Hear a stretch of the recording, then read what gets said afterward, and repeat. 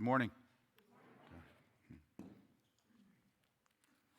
So this is an exciting day for me for a couple of reasons. One, I get to serve this morning. And I say I get to. I don't have to, but I get to. So I get to share God's word with you. But another reason is, so this afternoon, all of the management team from Kent Building Supplies, we're going to be serving outflow. So first time I've ever done it, not with our church group. So a number of people who have never done it before, it's going to be their first time experiencing it. So, Jesus said, what you have done for the least of these, you have done for me. So it's an opportunity to serve today, and I'm pretty excited about that.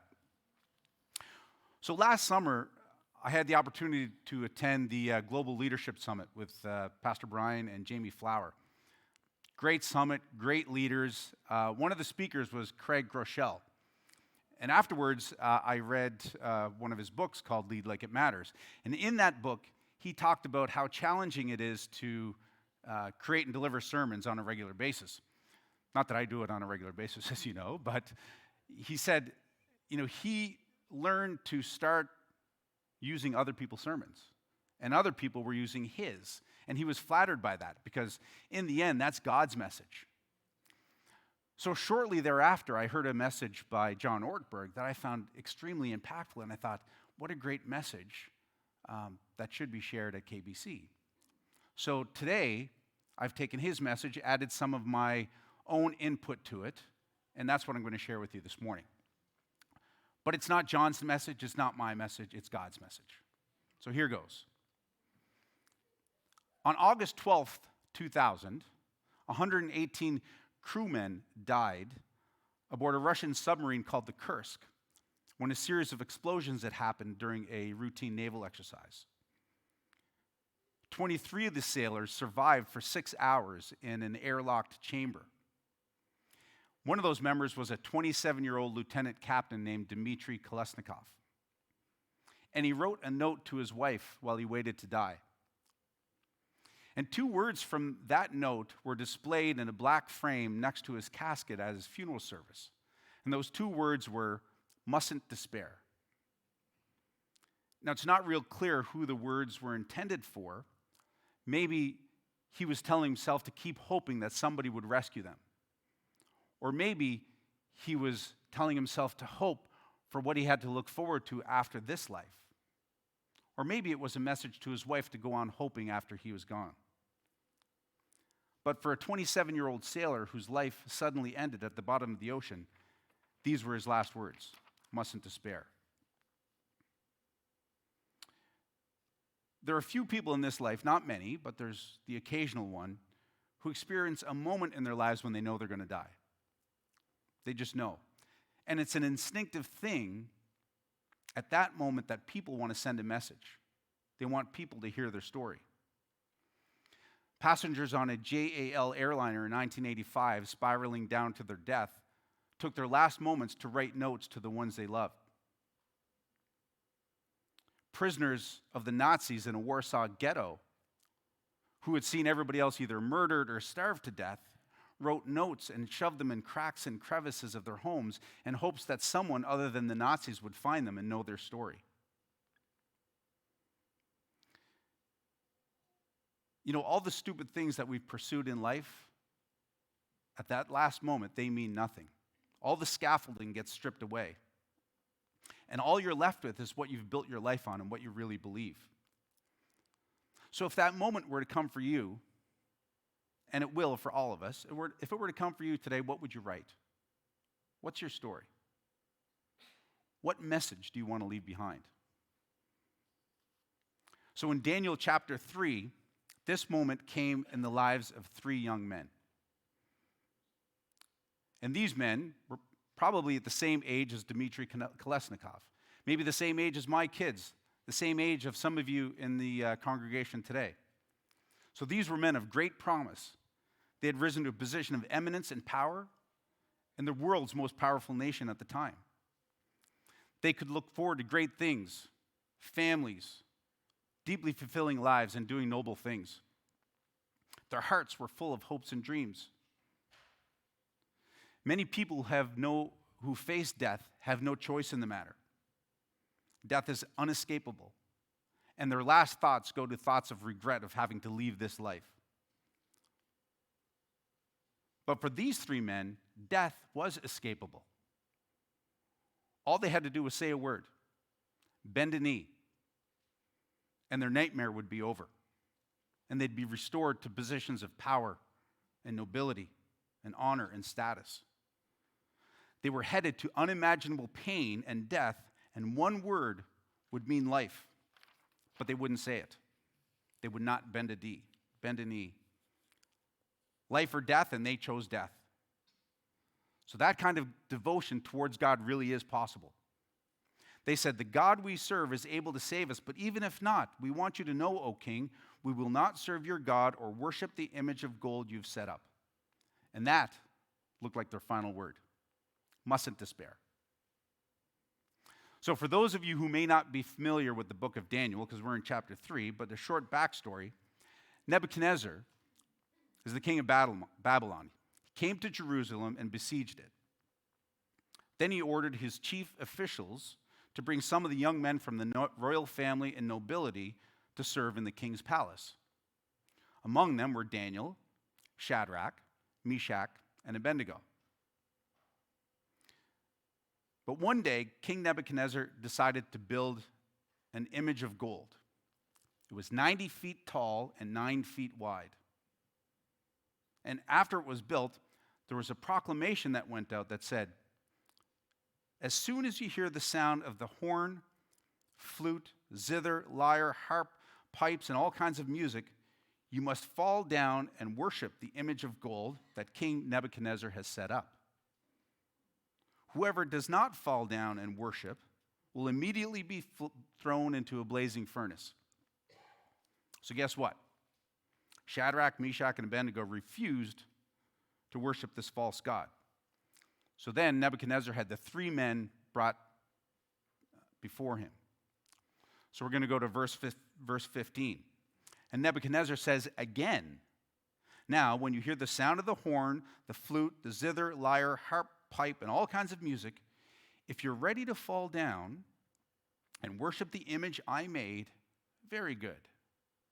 Very good. You can have everything back. So I think he may have liked Shadrach, Meshach, and Abednego because he was giving them a second chance. But when they refused, they said, if we are thrown into the blazing furnace, in verse 17, if we're thrown into the blazing furnace, the God we serve is able to deliver us from it, and he will deliver us from your majesty's hand.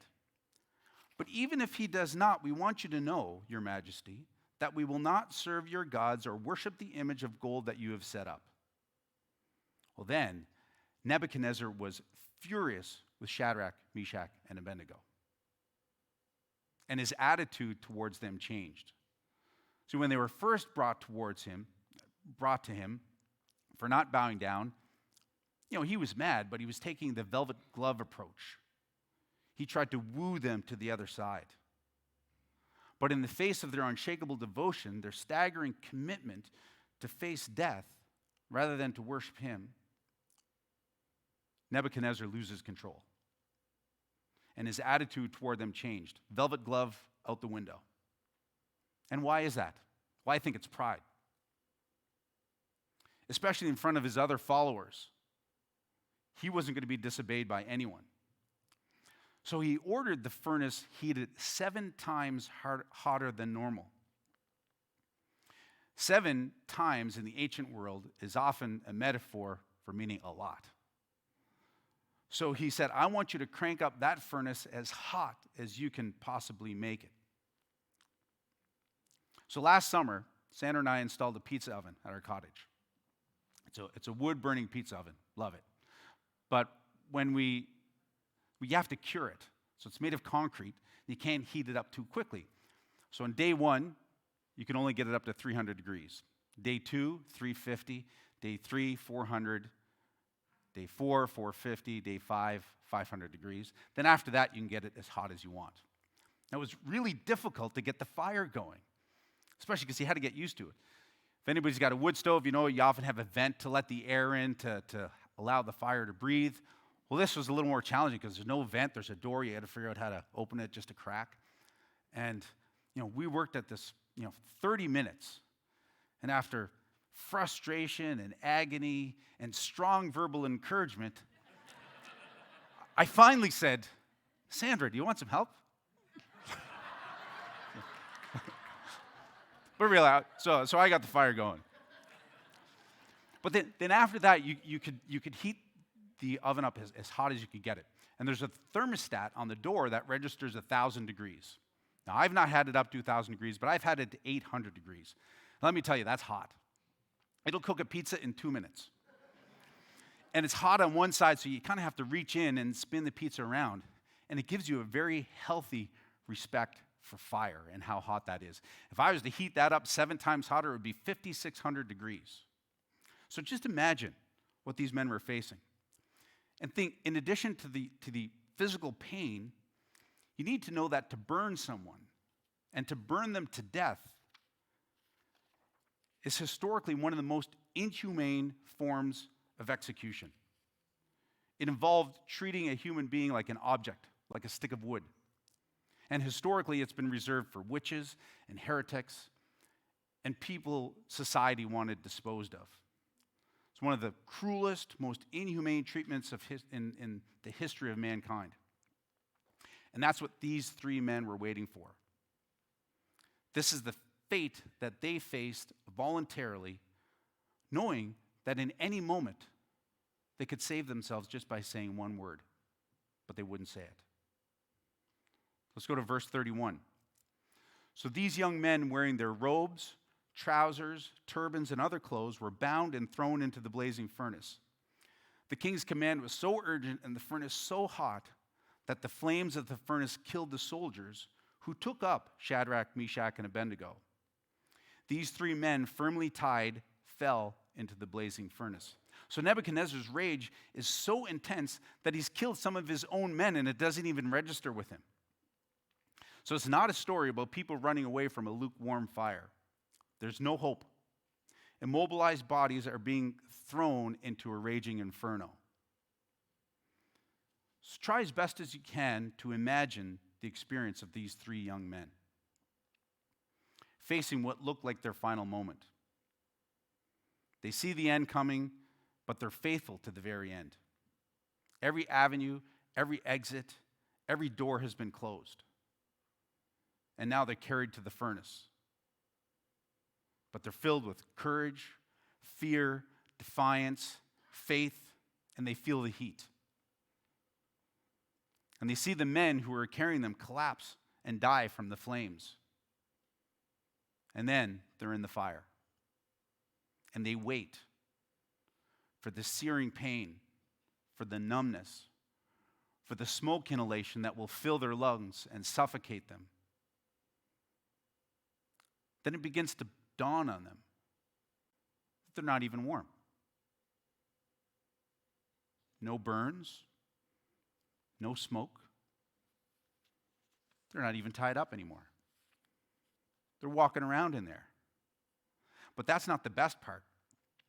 The best part is what turns this from a miracle into a divine encounter. So verse 24. So then King Nebuchadnezzar leaps to his feet in amazement. So I'm going to stop there just for 1 second. I'm going to digress because I want to share something that I learned from Pastor Brian Long. He used to often reference Bible Gateway. So I started using Bible Gateway back in those days, and I still use it today.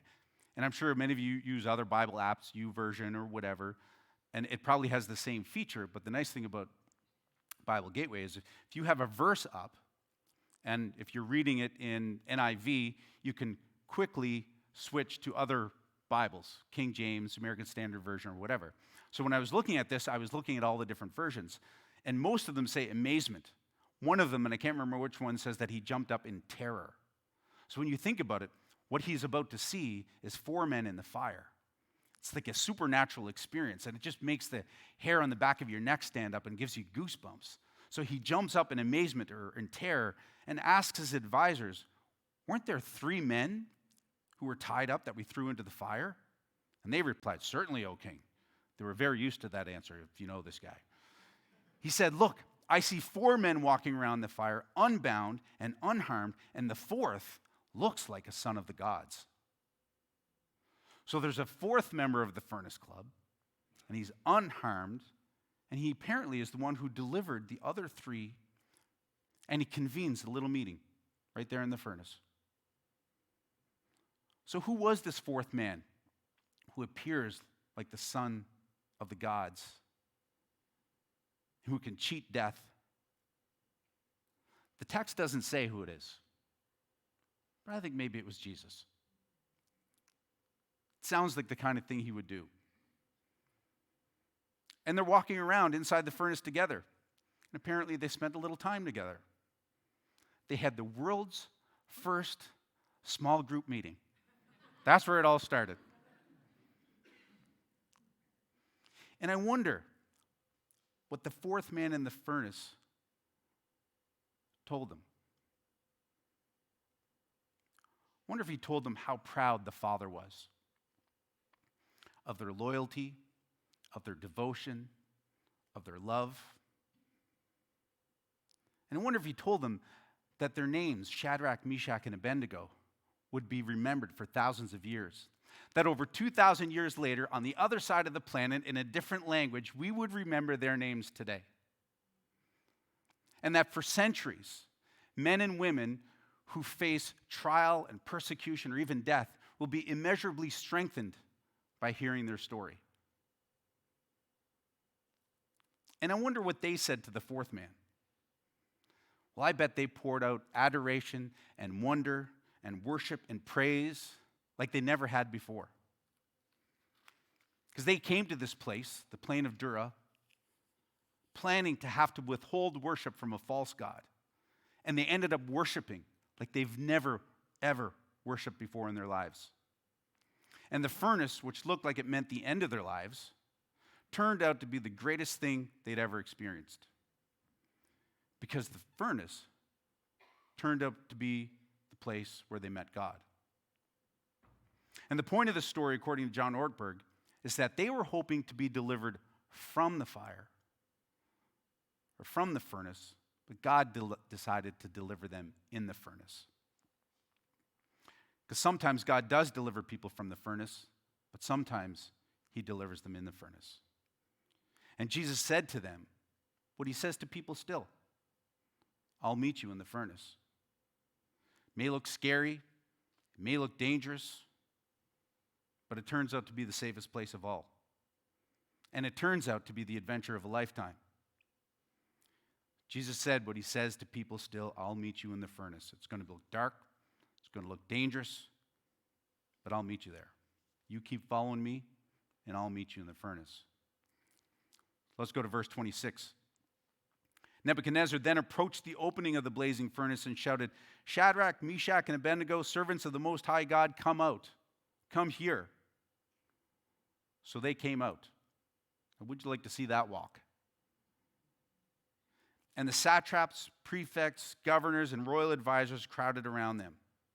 They saw that not only were they unharmed, not a hair on their head was singed, their robes were not scorched, and there was no smell of fire. Their robes weren't even scorched. Not only were the men okay, God even protected their clothes. You know, I think he wants us to understand the extent of this miracle. In verse 28, then Nebuchadnezzar says, "Praise be to the God of Shadrach, Meshach, and Abednego, who has sent his angel and rescued his servants. They trusted in him and defied the king's commands." They trusted in him and they defied the king's commands. Who's the king? Nebuchadnezzar's the king. He's killed his own soldiers, and that doesn't even register with him. And now he congratulates Shadrach, Meshach, and Abednego for having the audacity to defy him. So where did his pride go? So if you read on, you won't today, but you'll see in chapter 4 that God really does a number on his pride. But I think this is the start. There is no pride when you try to compare yourself to God. So Shadrach, Meshach, and Abednego trusted in him. They were willing to give up their lives rather than to serve or worship any other god. He's so in awe that he decrees that the people of any nation who say anything against the God of Shadrach, Meshach, and Abednego be cut into pieces and their houses turned into piles of rubble. So this is only chapter 3, and this is the second time he's given this command. So he's not a guy to be toyed with, and he's certainly not a guy who supports freedom of worship.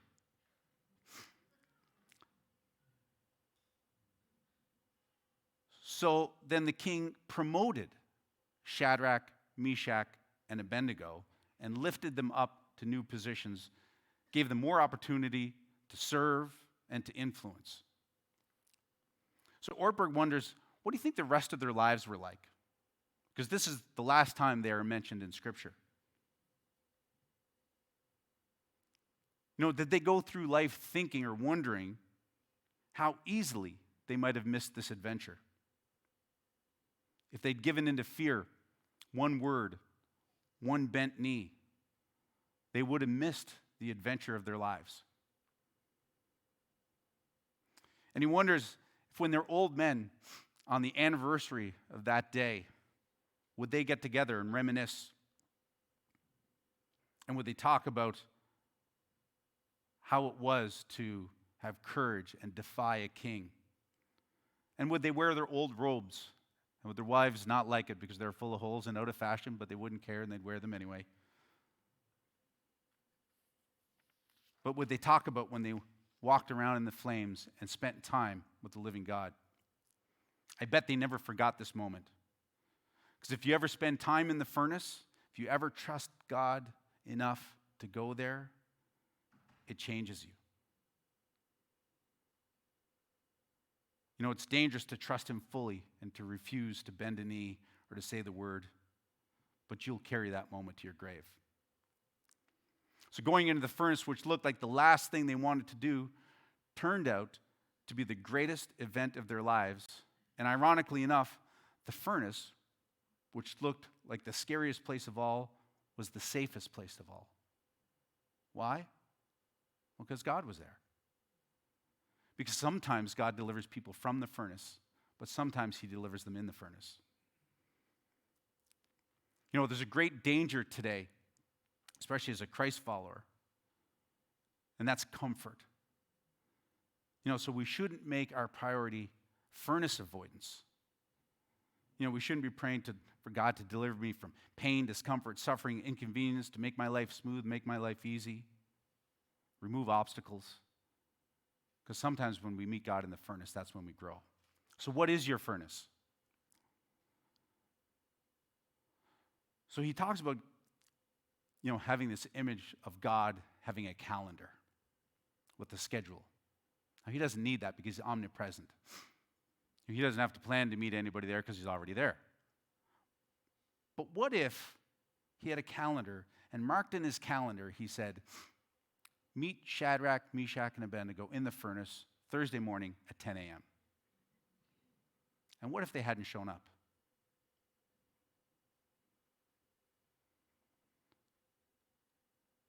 Their whole lives, that adventure depended on their decision and their willingness to face the furnace. So what about all of us? Where on his calendar does God have your name written down someplace? Meet you in the furnace. And will you make it? Or might you bend a knee to the wrong God? So let's consider doing something quite dangerous. And this has to come from you and from your heart. But let me ask you to consider to stop asking for less heat. Don't ask for an easier, richer, more pleasant, or secure life, because there's something better. So let's consider praying a dangerous prayer. If you're ready, here's the prayer. God, give me an opportunity to show my devotion to you. I don't ask for riches or comfort or ease or security. I want an opportunity to show my devotion to you. I might suggest that you follow that prayer with a prayer of asking God to give you courage and strength and endurance. But if you're willing to go there, he will meet you. Just pray for the fourth man in the furnace. And if you're not sure your devotion level is where it needs to be, just talk to him about that. Be real honest. So maybe it's at work. Maybe it's at home. Maybe it's here. Maybe it's a ministry you've thought about volunteering in, but you've been afraid to because it's outside of your comfort zone. Maybe volunteering with Next Gen Ministry is like a furnace to some of you. I tell you, those middle schoolers are pretty scary. That can look like a furnace.